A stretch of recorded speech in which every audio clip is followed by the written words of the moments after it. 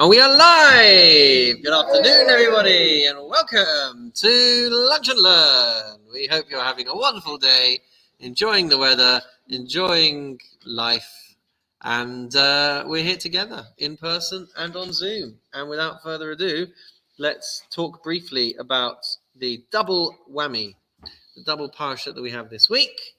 The end of the book of Bamidbar, Matot, and Maseh. It is very, very, very long, and I'm laning over half of it this week, so twice. So join us. Come to both services, 8:30 and 9:30, and then you can compare and contrast.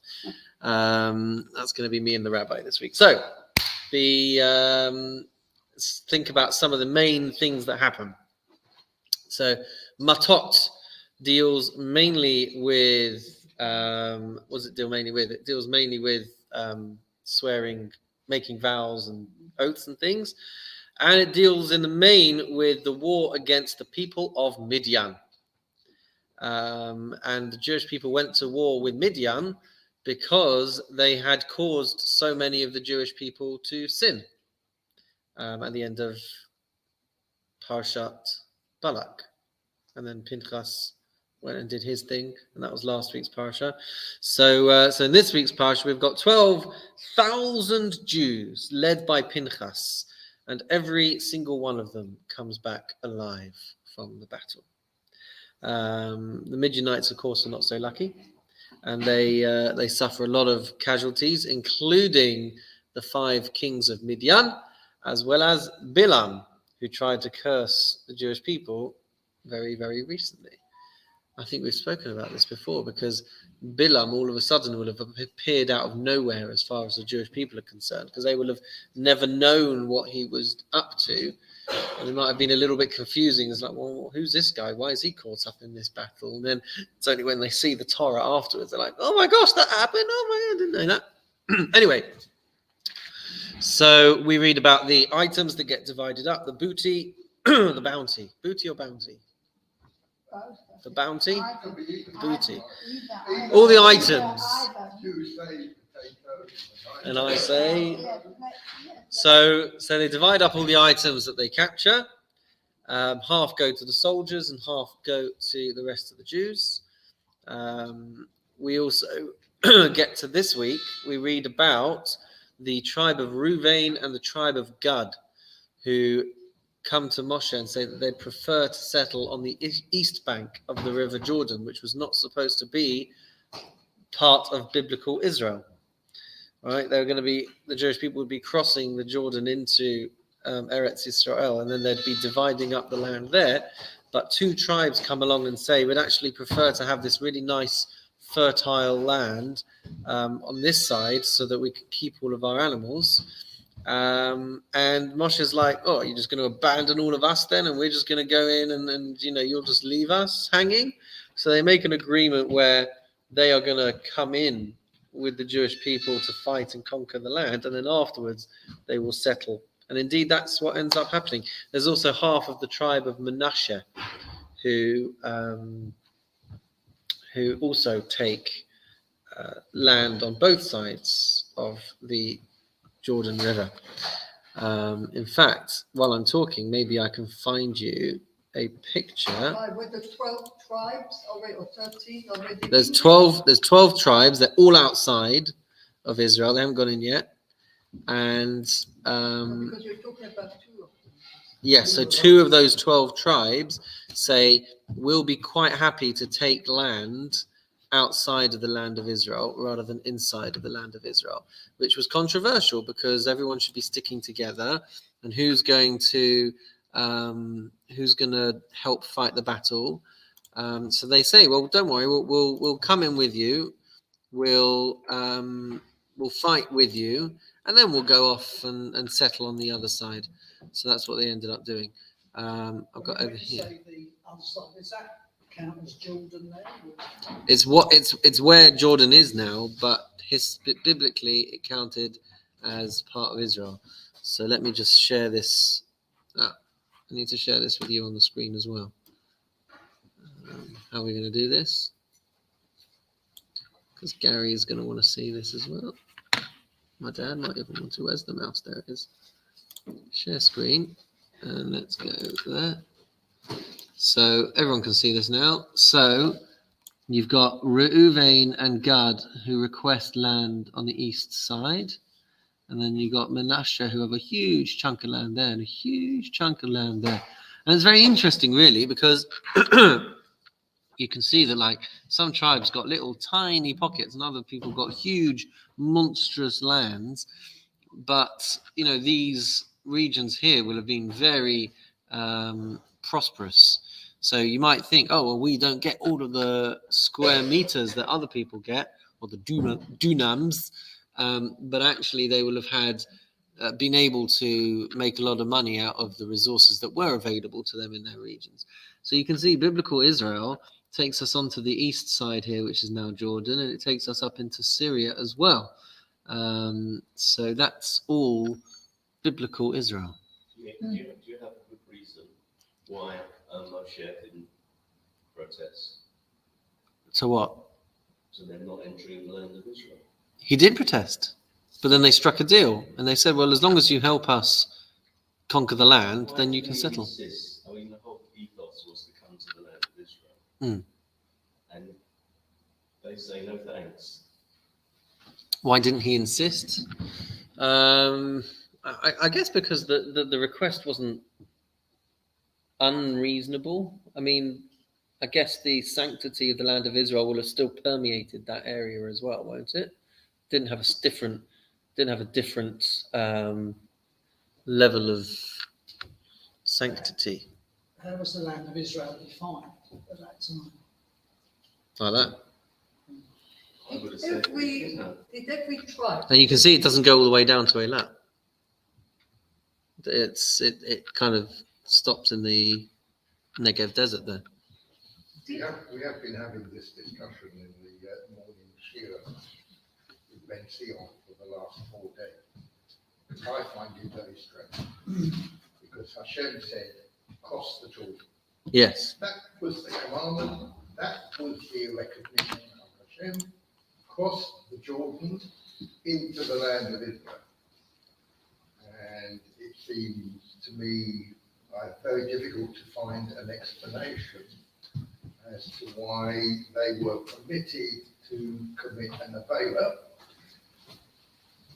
by saying, no, hang on a minute, we think this land is very nice and we've got lots of food for our cattle and our children can then live in lovely cities.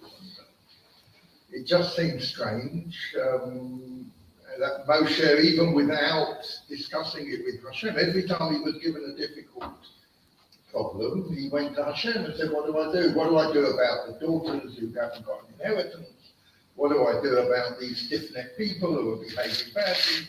And here we get a very big avera, and he says, okay, I'll do a deal with you.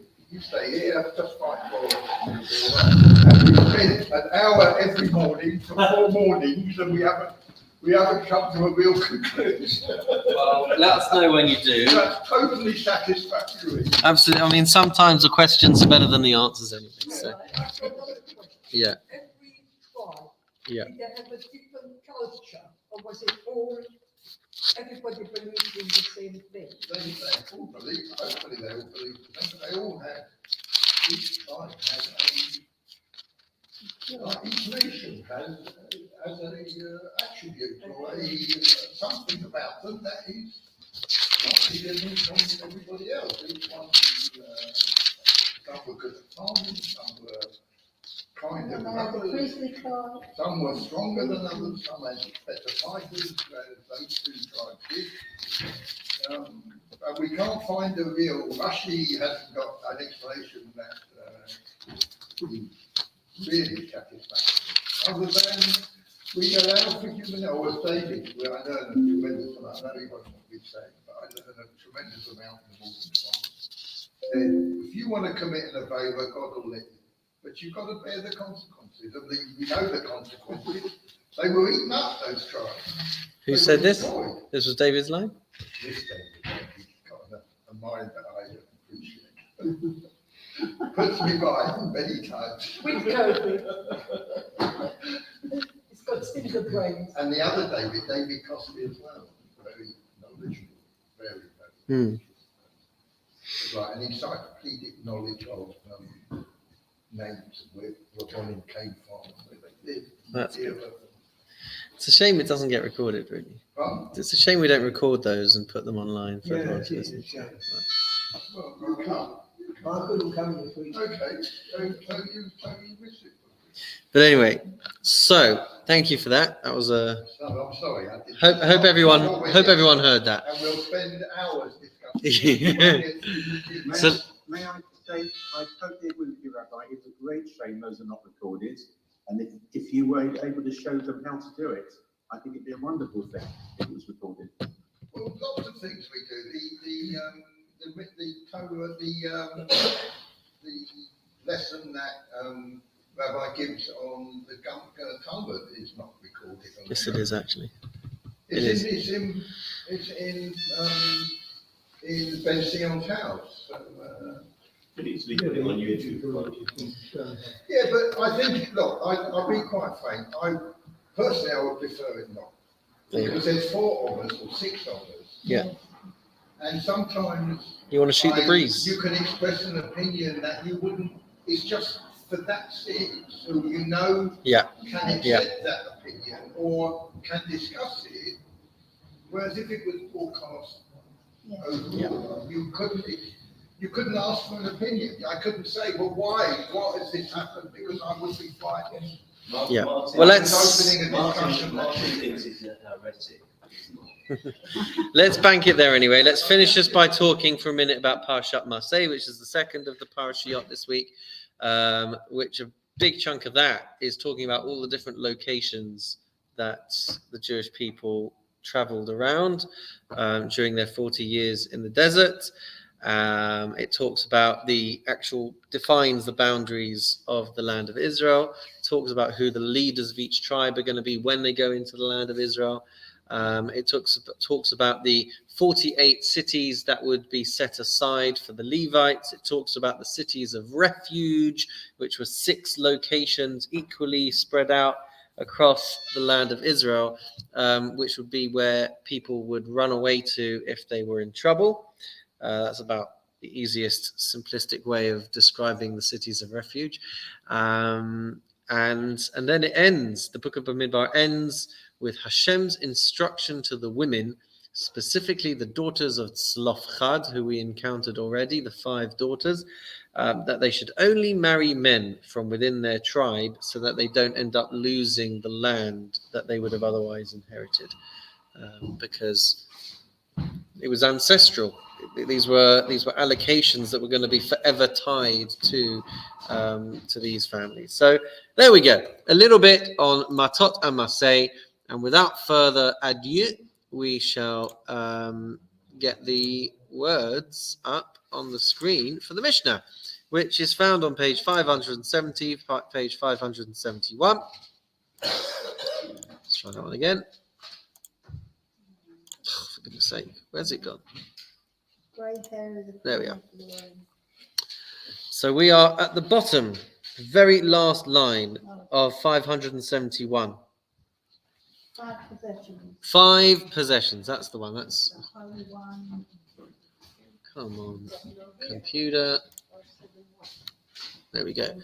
571. The very last few lines of page 571. So it's going to be talking about. Sorry. No, that's not where we're up to. We're on the previous one, number 9. Scroll up a little bit. We're on number 9. So this is a famous Mishnah. It's about 12 lines down in the English. Oh my goodness me! Welcome, sir. You're just in time. We've been talking about other stuff. So 571. 571, about 12 lines down, chapter 6, Mishnah 9, a very famous Mishnah if you've heard of it. Otherwise, it's not. It's completely unknown, and it's a story. So we are deviating from the standard format that we would expect to see with our Mishnayot in Pirkei Avot, and it's a story about Rabbi Yossi ben Kisma.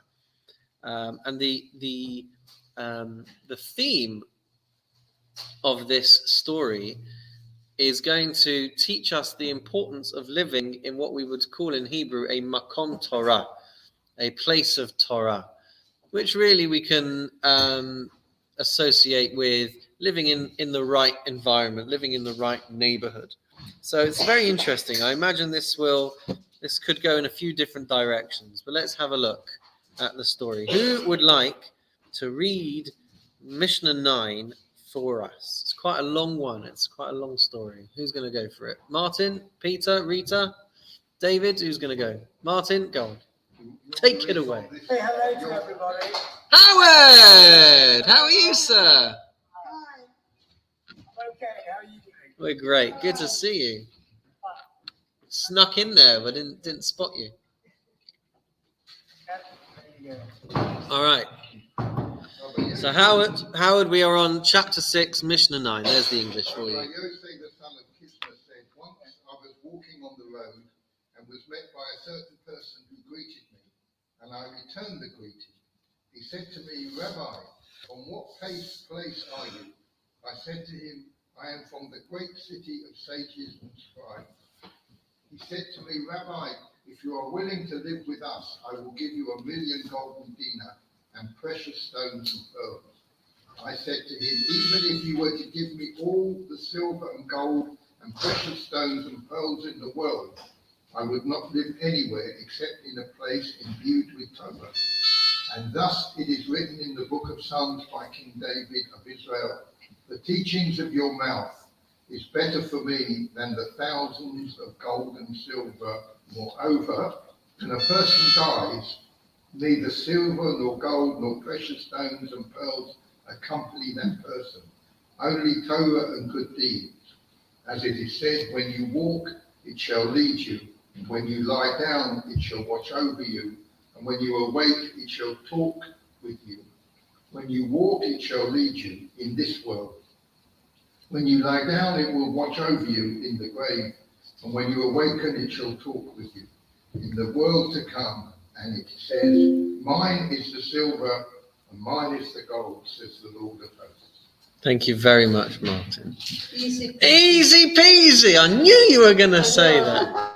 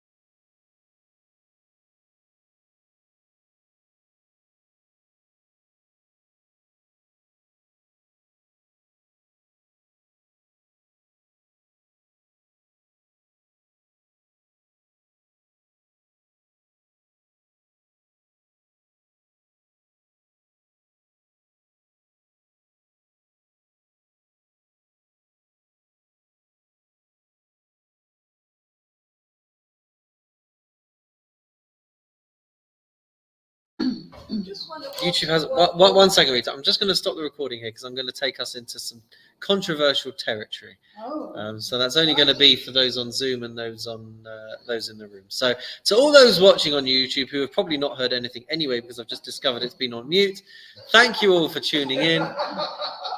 We wash you and we wish you a wonderful and meaningful day, and we look forward to seeing